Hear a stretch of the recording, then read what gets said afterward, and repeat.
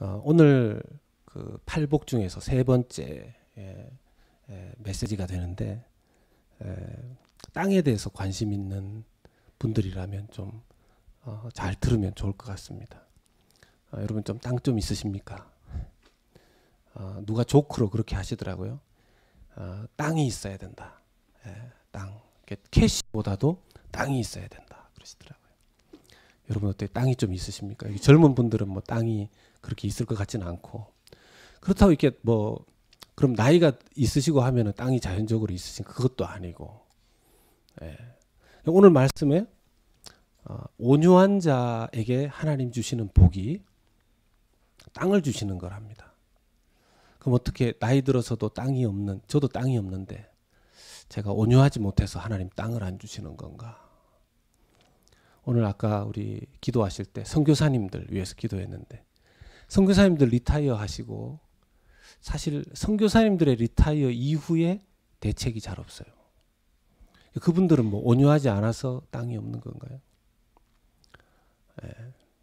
오늘 이 말씀을 들어보면 참 알쏭달쏭합니다.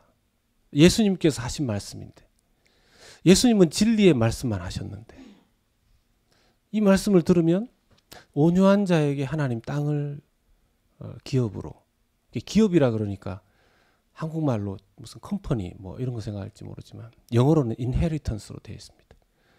하나님께서 땅을 그 온유한 자들에게 인헤리턴스, 재산으로, 유산으로 주신다 그랬는데, 이건 죽어서 받는 땅을 그러면 의미하는 것인가? 대충 그렇게 생각하는데요. 오늘 좀 우리가 그 땅에 대해서, 예수님이 말씀하신 온유는 무엇이며 예수님이 우리에게 주신다는, 하나님 우리에게 주신다는 땅은 뭔지 좀 살펴보기를 원합니다. 한때는 땅을 정복했었던 사람들이 있습니다. 땅을 많이 가졌던 사람이 있죠. 여러분 God is dead, 신은 죽었다 이렇게 말했던 철학자 그 니체가 있습니다. 니체. 그 사람은 신은 죽었다, God is dead, 그걸 주장했습니다. 거기에 영향받은 사람이, 그 니체의 철학을 자기 것으로 삼은 사람이 누구냐 하면 히틀러입니다. 히틀러. 니체는 이 마태복음 5장 5절의 이 메시지를 노예의 윤리라고, The Ethic of Slave, 노예의 윤리로 해석했습니다. 이 마태복음 5장 5절. 온유한 자가 세상의 땅을 차지한다고?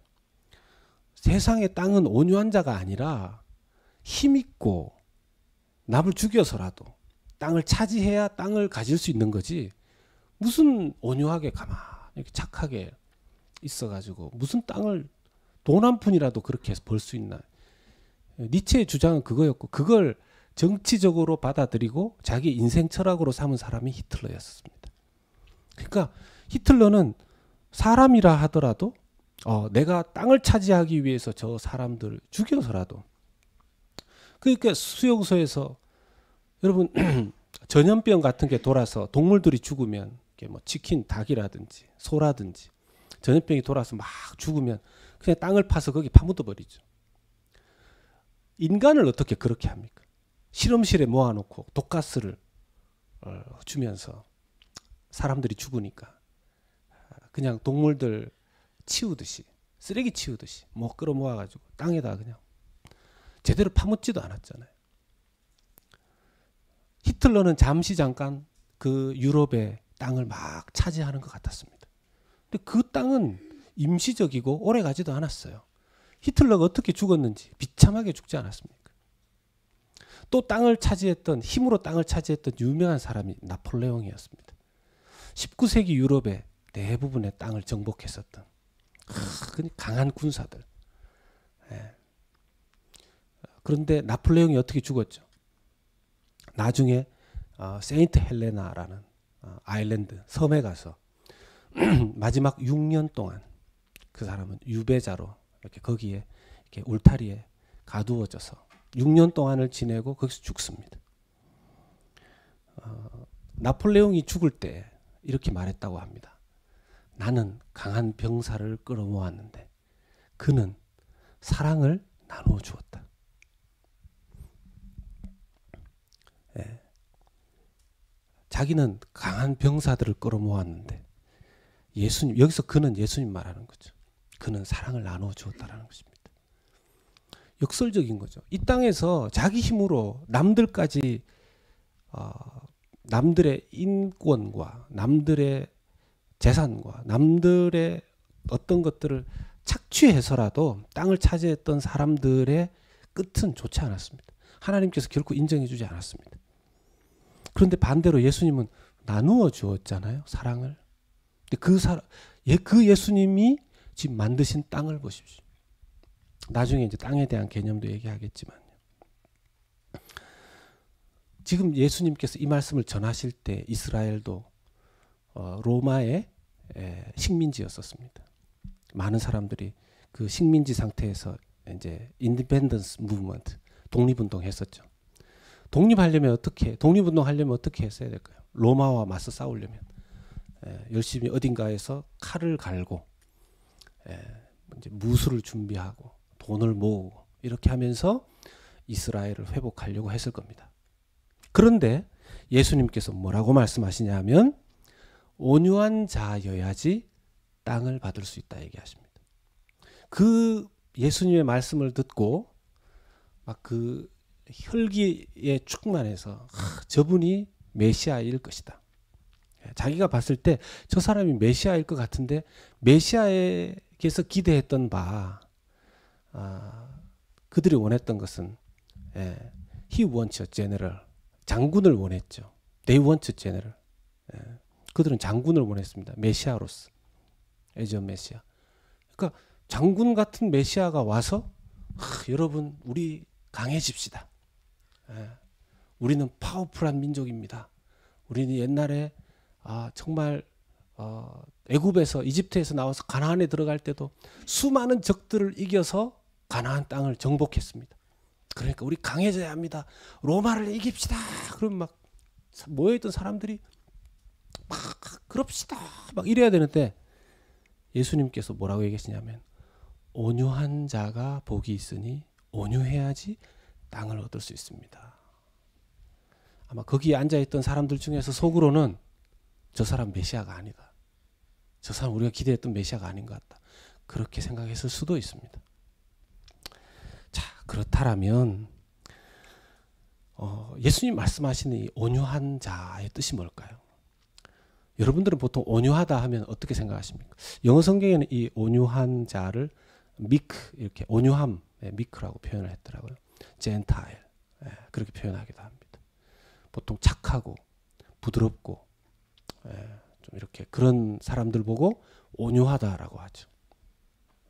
혹시 부모님들 중에 자기 자녀들에게 너는 온유한 자가 되어야 된다. 너는 온유해야 된다. 어디 가서도 착하고 부드럽고 그래야 된다. 이렇게 말씀하시는 분이 계십니까? 제 주변에서는 잘 못 봤습니다. 이게 사람 두 사람이 있는데 빵이 하나밖에 없어서 그것도 이렇게 애가 너무 착해가지고 그것도 양보하고 어디 가도 뭐 말도 잘 안 하고 이렇게 있다가 늘 때리면 맞고 뭐 뺏으면 다 주고 막 이런 자식이 있다. 그러면 부모가 그러죠. 너 그래가지고 이렇게 살겠냐? 참 걱정이다. 정신을 바짝 차리고 살아라. 너 자신이 너는 방어하면서 살아야 되지 않겠냐? 가서 좀 태권도라도 배우고 좀 해라. 이게 뭐냐? 부모님의 걱정은 그렇지 않겠습니까? 온유해. 자기 자녀의 이름을 온유라고 지으시는 부모님도 계시더라고요. 온유. 이분은 정말 믿음이 좋은 거예요. 이 험악한 세상에서 온유하게 살아라. 근데 아마 그 이름을 지어주신 부모님은 진짜 온유의 뜻을 알고 계실 것 같습니다. 진짜 온유의 뜻이 뭘까요? 좀 살펴보기를 원합니다. 우리는 온유함에 대한 사모함도 있고 거부감도 있습니다. 저처럼 온유하지 않은 사람은 온유함을 사모합니다. 여러분들은 온유하십니까? 제가 설교를 준비하고 어제 와이프한테 물어보고 싶었어요. 왜냐하면 제가 제 자신이 온유한지 아닌지 제가 정확하게 잘 모르잖아요.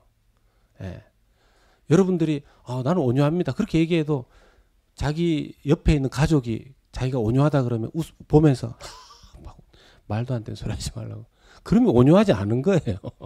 그 평가는 내가 하기가 좀 아직 안 되는 거죠. 제가 제 아내한테 물어보려고 하다 못 물어봤습니다. 제가 답을 뻔하게 알아서 그렇지. 예, 답이 정해져 있기 때문에. 저는 온유함을 사모합니다. 제가 온유함을 사모하는 이유는 제가 온유하지 않아서 그래요.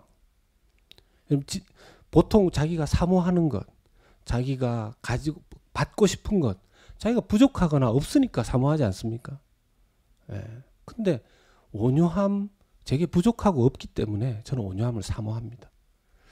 온유함을 사모하는 또 다른 목사님이 계셔서 그분이 쓰신 글 중에 제가 여러분들과 나눕니다. LA의 새생명 비전교회 섬기시는 강준민 목사님의 온유에 대한 글 중에서 이런 내용이 있어서 제가 여러분들과 나눕니다. 자신 안에 있는 분노하는 마음, 거친 마음을 다스리는 것입니다. 정말 강한 자는 자기를 이길 줄 아는 사람입니다. 자기를 정복할 줄 아는 사람입니다. 자기를 다스릴 줄 아는 사람입니다. 거칠고 강한 자의 결말이 좋지 못한 이유는 자신의 강함을 이기지 못하고 괴물이 되어버린 까닭입니다. 온유한 자의 결말이 좋은 이유는 자신의 강함을 잘 다스려서 천사 같은 인물로 변화된 까닭입니다. 참 똑같은 목사님인데도 참 강준민 목사님 어떻게 잘 하시는지 몰라요. 제가 다른 목사님들 보면 참 저는 제가 신학교 졸업하고 부목사와 목사를 한 이렇게 20년 가까이 됐는데 여러분 보통 무슨 일을 하면 이렇게 숙련이 되지 않습니까? 엑스퍼트 뭐든지 그 패러사이트라는 영화 기생충이라는 영화 보셨어요? 거기에 저는 재미있게 봤던 장면이 그 피자 담는 케이스, 그 피자 박스를 조립하는 어셈블리하는 그런 그 유튜브 영상이 나오는데 와 그분은 거의 막 하니까 그냥 뭐 보지 않고도 해도 피자 박스가 착 하나씩 착착착착 만들어지더라고요. 엑스퍼트가 돼 있는 거죠. 단순히 박스 조립하는 것도 오래 하면 엑스퍼트가 되는데 제 스스로 저를 보면서 목사인 제가 목회를 20년 가까이를 했는데 숙련이 되지 않는다는 생각이 많이 들어요. 제가 엑스퍼트가 되지 않는다. 왜 그럴까? 예. 제가 그래서 기도를 참 더 아픈 마음으로 하게 됩니다.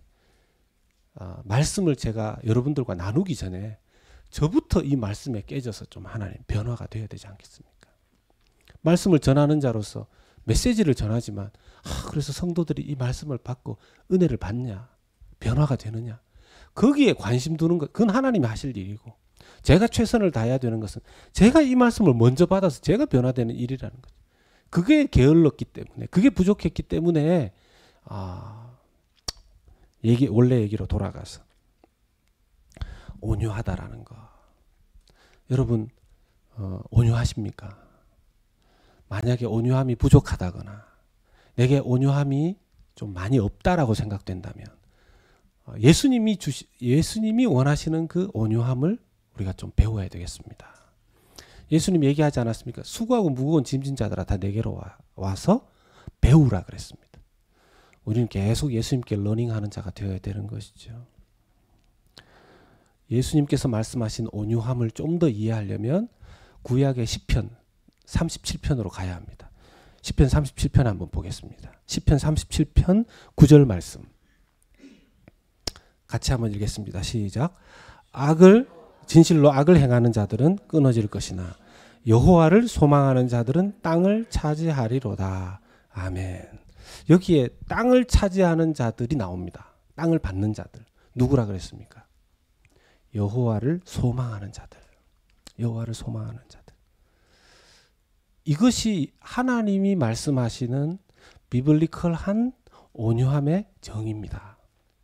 그냥 착하고 화 안 내고 부드럽고 우유부단하고 그냥 가만히. 이게 성경에서 그건 아주 단순한 눈에 보이는 인간적인 온유함이고요. 예수님이 말씀하시는 온유함은 영어 성경에서 정말 잘 번역했어요. 한국말로 여호와를 소망한다 그러면 just wish. 예. 근데 영어로는 rely on the Lord. 하나님을 의지하는 사람들.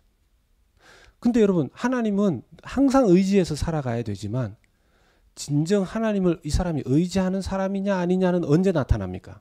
어떤 상황이 닥쳤을 때입니다. 어떤 상황이요? 이 시편 37편이 쓰여진 상황이 누군가가 이 시편을 쓴 사람을 폭력으로 또는 힘으로 압력을 주고 압박하고 그랬을 때에 이 시편 기자가 이 고백을 하는 거예요. 여호와를 소망하는 자들에게 하나님 땅을 주신다.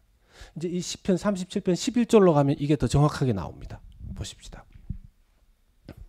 11절 같이 읽겠습니다. 시작. 그러나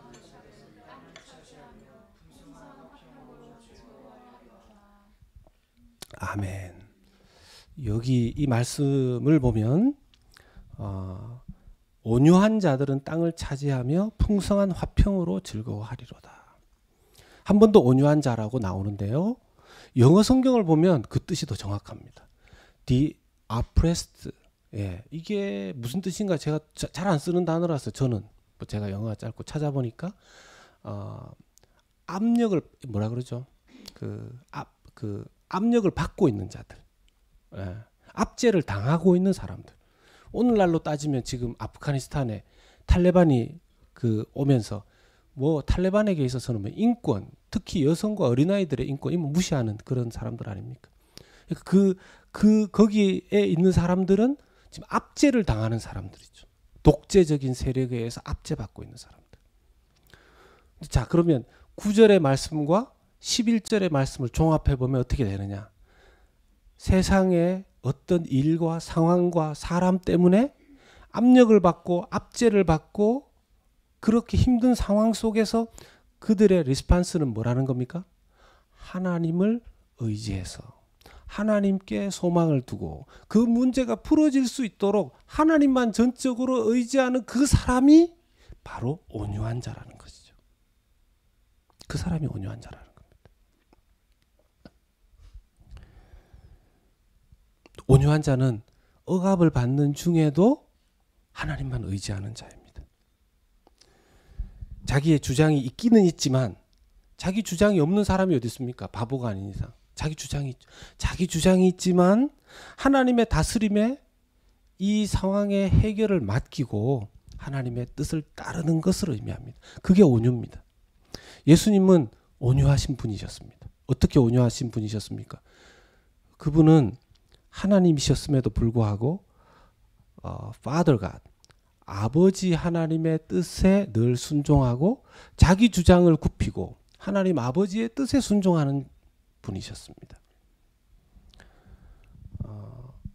예수님 말고, 예수님 완벽하신 분이니까 그렇다고 하더라도 성경에 나오는 온유한 자의 대표자는 모세입니다. 모세스. 이집트에 탈출해서 200만 가까이의 그 말 안 듣는 사람들 데리고 광야를 40년 동안을 걸었습니다. 정말 말 너무너무 안 듣는. 근데 이 모세가 늘 참죠. 인내하고 하나님 앞에서. 근데 2번 실수합니다. 2번을 실수합니다. 신광야에서 너무 화가 나서 말 안 듣는 그들에 대한 게 막 쌓여 있다가 폭발해서 말로 하면 그냥 하나님 물을 스프링 주시겠다고 했는데 지팡이로 바위를 때립니다. 혈기를 부린 거죠. 혈기. 그것 때문에 그는 하나님께로부터 책망을 받습니다. 여러분, 내가 온유하다 해도 인간은 우리 속에 그 분노가 잠재되어 있다 그래요. 그걸 icy anger이라 그런답니다. icy anger. 무슨 뜻이냐면 지금 저 사람 이렇게 저를 봐도 뭐 이렇게 제가 강단에서 혈기불이 지금 그런 시간이 아니니 그럴 수도 없고. 근데 분노가 얼음처럼 이렇게 얼어서 자기 몸에 붙어 있기 때문에 어떤 막 뜨거운 상황, 핫템펄이 일어날 수 있는 그런 상황이 되면 그 얼음이 녹고 그 속에 있던 앵거의 그 파이어이 나온다는 거죠. 나온다는 거죠. 그리고는 또 후회하고, 그때 내가 참았어야 됐는데. 그래서 끊임없이 온유함은 훈련해야 되는 것이라는 거죠. 이 온유에 대한 디파인을 아주 적절하게 잘하신 목사님이 계셔서 여러분들과 소개합니다. 한국에 있는 삼일교회 송태근 목사님은 온유를 이렇게 정의했어요. 온유는 온유는 자기 자신의 중요성에 대해서 도취되지 않은 상태. 같이 한번 읽어볼까요? 시작. 자기 자신의 중요성에 대해 도취되지 않은 상태. 이걸 참 어떻게 이렇게 말을 잘 하셨는지 모르겠어요. 우리가 우리 자신이 중요한 사람이잖아요. 예, 우리는 다 스페셜하고 중요한 사람들입니다. 그런데 자기 자신의 그 중요성에 너무 도취되면 안 된다는 겁니다. 내가 내 자신의 중요성에 도취되면 어떤 말을 자주 하게 되냐면 감히 나를 어떻게 보고 말이야. 이 얘기가 자주 나온다는 거예요. 내가 누군데? 나한테 어떻게 그럴 수가 있어? 나한테 감히. 이게 나온다는 거죠. 예. 그 한국에서 쓰는 젊은 사람들의 말로는 이걸 자뻑이라 그런대요. 아십니까? 자뻑. 예. 스스로 뻑가는 거죠. 역시 예. 하나님만 하실 수 있는 거예요. 하나님이 I am who I am. 내가 그다. 내가 나다. 그건 하나님만 쓸 수 있는데 인간이 교만해져서 I am who I am. 내가 누군데 감히 어떻게 나한테 그렇게 할 수 있냐. 그런데 온유한 사람은요. 나 자신의 중요성에 도취되지 않고 살아간다는 거예요. 온유하지 않은 그리스도인. 그럼 온유하지 않은 그리스도인들은 어떻게 살까요? 자신의 힘과 노력으로 반드시 문제를 해결해 내겠다는 호전성이 드러나는 상태가 바로 온유하지 않은 상태라고 합니다. 크리스찬이긴 한데 어떤 문제를 해결해 나가는 방식이 하나님의 방식은 무엇입니까? Rely on to God. 하나님의 방식을 저는 의존합니다가 아니고 이게 문제가 발생했네. 오케이. 내가 어떤 수를 써서든지 내가 그 문제를 내가 꼭 반드시 해결하겠다. 이것이 온유하지 않은 상태라는 것입니다. 이게 저는 이 온유함에 대한 내용들을 성경적인 이렇게 비블리컬한 데피니션을 알아보고 제 자신이 어떤 온유함을 추구하고 있었나. 만약 우리가 여러분 그냥 착하고 남들 대할 때 부드럽게 대하고 온유하고 이게 예수님 말씀하시는 온유하라 이렇게 했다면 저는 포기했을 것 같아요. 왜냐하면 이게 약간 천성적인 것도 있거든요. 태생적인 것도 있어요. 근데 막 뭐 성격 자체가 막 성질이 못 돼가지고 제 가족들은 다 알아요. 그냥 한번 열이 나면 자기 혼자 그걸 시키지 못해서 혼자서 막 뭐라고 혼자서 뭐 그러고 제가 열나 있으면 가족들이 가까이 오지도 않고 그러다가 또 한마디 상처 주는 말하고 근데 그 자체의 온유함을 고쳐야 된다. 그러면 뭐 답이 없을 것 같아요. 그런데 하나님이 말씀하시는 온유함은 뭐냐 하면 지금까지 나눴던 것처럼 어떤 일을 해결하는 모든 과정과 방식과 특별히 애티튜드. 여러분 태도가 고도를 좌우한다 이런 말이 있습니다. 이게 원래는 영어에서 왔더라고요. 애티튜드가 altitude를 좌우한단 말이죠. 그 사람의 애티튜드가 그 사람의 삶의 altitude, 이렇게 어떤 삶을 살아갈 것인가 이걸 결정한다는 거예요. 그런 측면에서 모든 문제를 하나님 의지해서 풀어야지. 제가 제 스스로 제 성격을 하나님 착하게 부드럽게 웃으면서 이렇게 뭐 가끔씩 제가 이렇게 심각하게 있으면서는 저희 애들이 와서 그래요. 아빠 웃으세요. 막 이렇게 있다가 갑자기 그게 얼굴만 웃는다고 그게 뭐 온유해집니까? 정말 중요한 거 하나님을 의지한다는 거. 내가 얼마나 잘 온유하지 않은지 여러분들 제가 한번 여쭤볼게요. 여러분들은 가끔씩 기도하실 때 하나님 제가 죄인입니다. 제가 성격이 급해서 그렇습니다. 제가 부족해서 그렇습니다. 이렇게 기도를 하시죠. 그렇게 기도하시죠. 그런데 자기가 자기 문제에 대해서 막 스스로 고백하고 인정하고 막 그래요. 근데 누군가가 여러분들에게 참 죄인이네요. 그렇게 얘기하고 문제를 왜 그렇게 합니까? 왜 이렇게 성격이 급합니까? 인정하십시오. 이러면 어떻게 반응하겠습니까? 이거 힘들어해요. 설거지 하려고 딱 섰는데 저쪽 뒤에서 누군가가 설거지 좀 하세요. 이러면 설거지 막 하기 싫어요. 막. 이게 교만해서 그렇습니다. 진짜 온유한 사람은 누가 뭐라고 하든 말든 자기 하려고 했던 거 하면 되잖아요. 진짜 온유함이 그때 점검되고, 우리가 그래서 진짜 온유함은요, 예수님께 늘 배워야 되는 사람입니다. 그럼에도 불구하고 여러분, 우리가 온유하기로 결단해야 됩니다. 하나님의 방식대로 살기로 결단해야 됩니다. 왜냐? 세 번째, 주님이 주신 땅을 누리기 위해서입니다. 오늘 말씀에 그들이 땅을 기업으로 받을 것이라 그랬거든요. 어떤 땅이냐는 거예요. 주님이 온유한 자에게 땅을 주시겠다고 했는데 그 땅의 개념, 여러분 이미 이 세상 모든 인간들에게 하나님 땅을 주시지 않았습니까? 창세기에 제네시스에 보면 아담과 하와에게 하나님께서 땅을 주시면서 뭐라고 해요? 이 땅을 다스려라. 땅을 주시면서 다스리라 그랬습니다. 이 얼뜨가 다 인간들에게 맡겨진 땅입니다. 그런데 이 땅이 언제 망가졌죠? 아담과 하와가 하나님의 말씀을 듣지 않고 뱀의 말, 사탄의 말을 듣고 하나님께 불순종했을 때 땅이 망가졌습니다. 눈으로 볼 때 똑같은 땅인데 그 땅이 변질됐어요. 가시풀과 엉겅퀴가 들어오고, 그 이유는 이게 죄가 들어왔다는 하나의 모습이죠.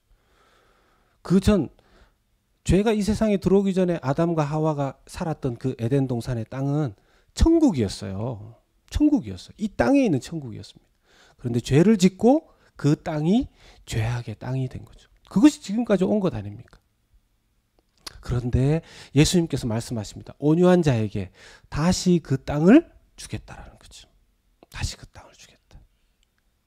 하나님께서 원하셨던 건 천국의 땅처럼 이 세상을 만드셨는데 첫 인류가 하나님 앞에 범죄함으로써 이 땅이 오염되고 왜곡되고 하나님의 다스림, 그것에 대한 하나의 상징적으로 주신 것이 가나안 땅이었잖아요. 이집트에서 탈출시켜서 하나님께서 가나안 땅을 주셨습니다.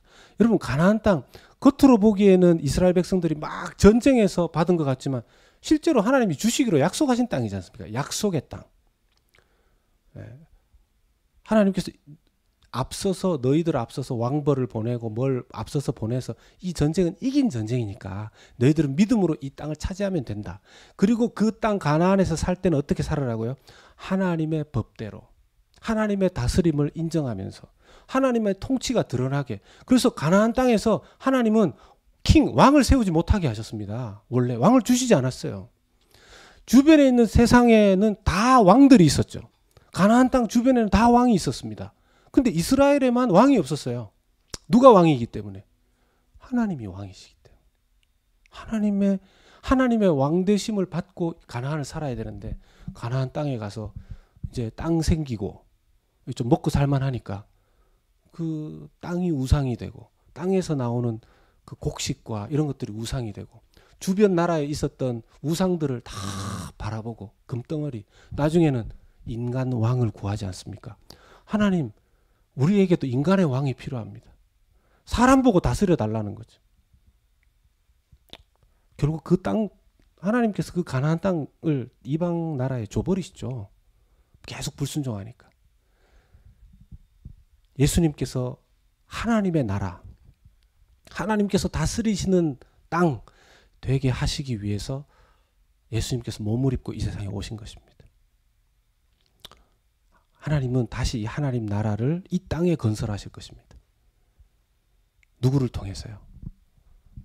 예수님의 자녀들, 예수님의 제자들을 통해서.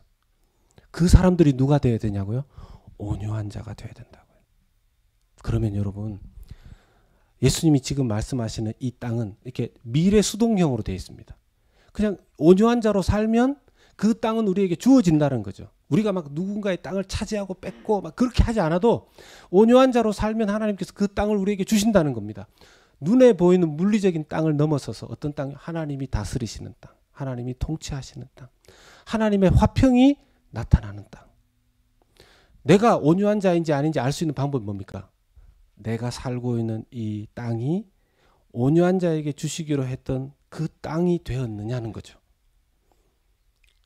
남편이 온유한 자가 되고 아내가 온유한 자가 되면 그 땅이 하나님의 온유한 자의 땅이 되는데, 그걸 제일 먼저 알 수 있는 사람이 누굴까요? 그 혜택을 누리는 사람, 가족들이에요.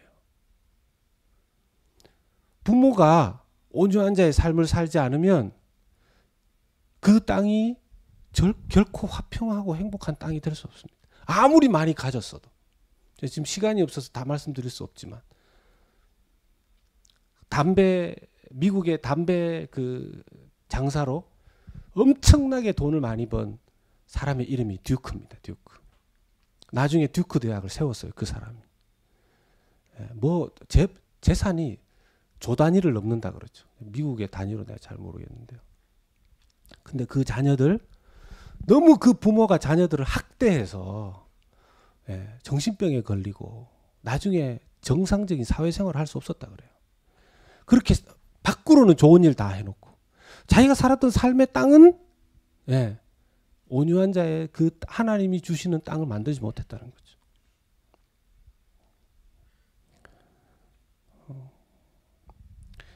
고 옥하는 목사님, 한국의 사랑의 교회 섬기셨던 옥하는 목사님의 이야기를 제가 하나 해드리면서 설교를 마무리하려고 합니다. 옥하는 목사님이 이제 본인의 아는 카운셀러에게 이제 들은 이야기를 하셨는데, 어떤 한 카운셀러에게 사모님, 자기 남편이 목사님이신 사모님이 상담을 하러 오신 거예요. 이제 사모님의 그 고민거리가 뭐냐 하면, 자기 남편이 원래 회사를 다녔는데 회사에 가서 그 회사 생활을 하면서 보니까 너무 이 사람들이 그 불의한 일을 많이 저지르고 너무 그 사람들이 사는 모습이 악해 보여서 회사만 갔다 오면 자기 남편이 내가 저 망할 놈들하고 같이 살다가 나도 망하겠다, 늘 그렇게 얘기를 했대요. 그래서 어느 날 회사를 그만두고 신학교에 들어가셨대요. 신학교에 들어가서 나중에 목사님이 되셨는데, 목회를 하는데 올곧고 바르게 목회를 하고 하니까 사람들도 존경하고 목회도 잘 되더라는 겁니다. 사람들에게 인정받는 목회를 하시는데, 문제는 밖에 나가서는 인정받는 목사님이고 존경받는 목사님이신데 집에서 사모님이 볼 때 이 목사님을 도저히 존경하지 못하겠다는 거예요. 목사님, 자기가 볼 때는 이 목사님의 문제가 많다는 거죠. 아무도 모른다는 거예요, 그걸. 여러분, 이게 그럴 수 있는 거죠. 여러분, 사회에서 성공하는 것은 그 사람의 능력이 있으면 가능한 겁니다. 사회에서 성공하는 것. 근데 가정이 행복하는 건 그 사람의 성품과 관련된 거거든요. 근데 이 카운셀러가 어떻게 이제 상담을 해주셨냐 하면, 심리학에서 그 거래 분석 이론이라는 게 있답니다. 잘 모르겠는데, 그 거래 분석 이론에 의하면 자기 자신의 과거가 변하지 않으면 오늘의 내가 변할 수 없는데, 그건 상대방도 마찬가지라는 거죠. 상대방 남편도 상대방의 남편, 나의 과거가 변해야 내가 변하는데, 내 과거도 안 변해서 내가 안 변하는데, 상대방의 남편, 그 남편의 과거도 변화되지 않는데 남편이 변하겠냐는 거예요. 그러면서 하는 얘기가, 사모님이 변해야 목사님도 변합니다, 이런 해석을 내놓으신 거예요. 사모님이 칭찬의 안경을 끼고 목사님을 보면 칭찬할 게 보이고, 비난의 안경을 끼고 목사님을 보면 비난할 게 늘 보인다라는 거죠.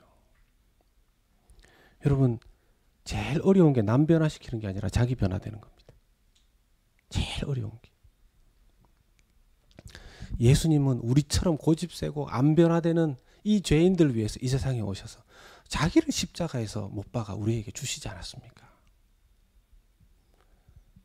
죄인들이 망가뜨려 놓은 이 땅, 하나님의 땅으로 변화시키시기 위해서 예수님께서 오셔서 하나님 아버지의 뜻대로 온유하게 사시고, 여러분, 온유하다는 걸 혹시 이렇게 오해하지 마십시오. 세상의 악함에 대해서 침묵하고 세상이 잘못 돌아가는 것에 대해서도 아무 말 하지 않고, 그게 온유함은 아닙니다. 그건 비겁한 거죠. 세상이 잘못되었을 때 잘못되었다라고 말할 수 있는 거, 틀린 것에 대해서 틀렸다라고 말할 수 있어야 합니다. 대신에 뭡니까? 혈기의 방식으로 해서는 안 된다라는 거죠. 우리의 방식으로 사람을 죽이고 어떻게 하는 그런 방식이 아니고 rely on to God. 하나님을 의존해서 하나님의 방법으로 God's way. 하나님 방식대로 해야 된다라는 것이죠. 누구처럼요? 예수님처럼. 자, 말씀을 맺습니다. 우리도 예수님 따라서 하나님께 배워서 온유하게 살기를 어렵지만 날마다 결단해야 됩니다. 이 말씀 준비하는데 제 스스로가 참 괴로웠습니다. 그런데 포기할 수 있습니까? 하나님이 그렇게 살라고 하셨는데. 그리고 온유함이 그냥 제 성격 고치는 정도가 아니라 어떤 일의 해결이든 하나님 방식대로 해결하는 것이 하나님 원하시는 온유함이라는데 우리가 해야 되지 않겠습니까? 그래서 온유한 자의 땅, 우리 사랑하는 성도들의 가정이 온유한 자의 땅이 되기를 축복합니다. 우리 사랑하는 성도들의 이웃이 나 때문에, 여러분 때문에 온유한 자의 땅 되기를 축복합니다. 우리 교회가 그냥 내 방식대로, 사람 방식대로 교회를 세워가는 게 아니라 하나님 방식대로 교회를 세움으로 말미암아 하나님의 땅, 온유한 자들의 땅이 우리 교회가 되기를 소원합니다. 이번 한 주간 그 온유한 자로 주님께 배우며 살아가는 성도님들 되시기를 주님의 이름으로 축복합니다. 아멘. 우리 함께 찬양하기를 원합니다.